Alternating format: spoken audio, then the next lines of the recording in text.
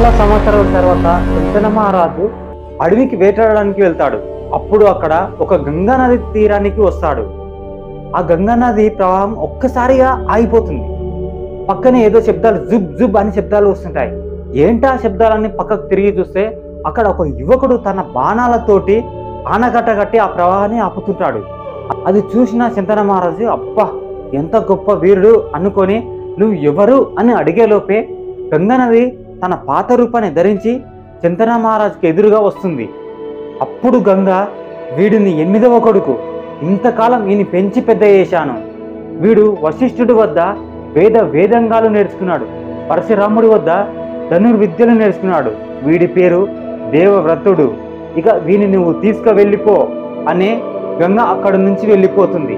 అప్పుడు శంతనుడు దేవవ్రతుని తన వెంట తీసుకుపోయి యువరాజుగా ప్రకటించి చాలా సంతోషిస్తాడు.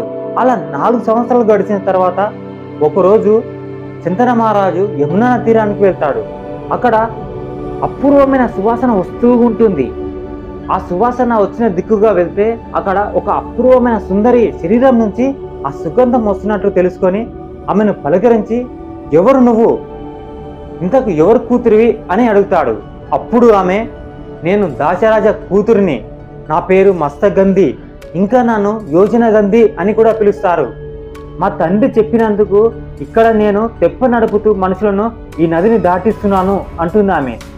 వెంటనే శంతన మహారాజు ఆ దాశరాజు ఉన్న చోటుకి వెళ్ళి, నీ కూతురిని నాకు ఇచ్చి పెళ్లి చేయి అని అడుగుతాడు.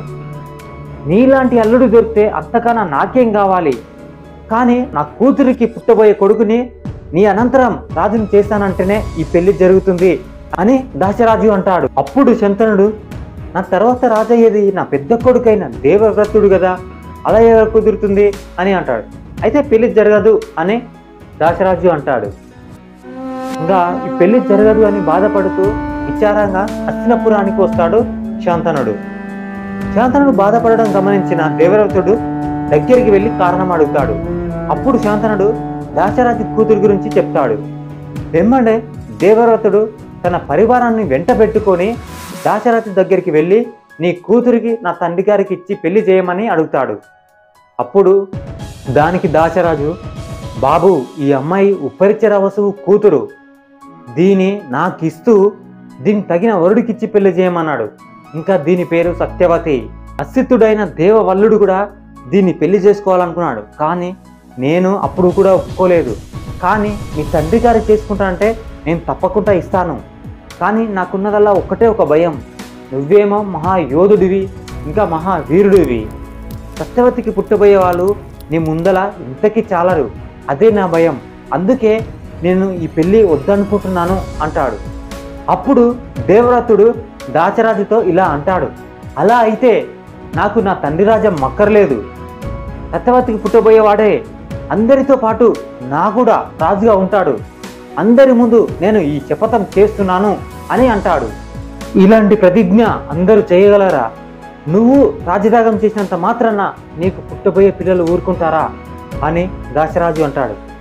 అప్పుడు దేవవ్రతుడు పిడికిలి బిగించి ఆకాశం వైపు చెయ్యి జాచి, భూమి ఆకాశాలు సూర్య చంద్రులు సర్వదేవతల సాక్షిగా నేను పెళ్లి చేసుకోను.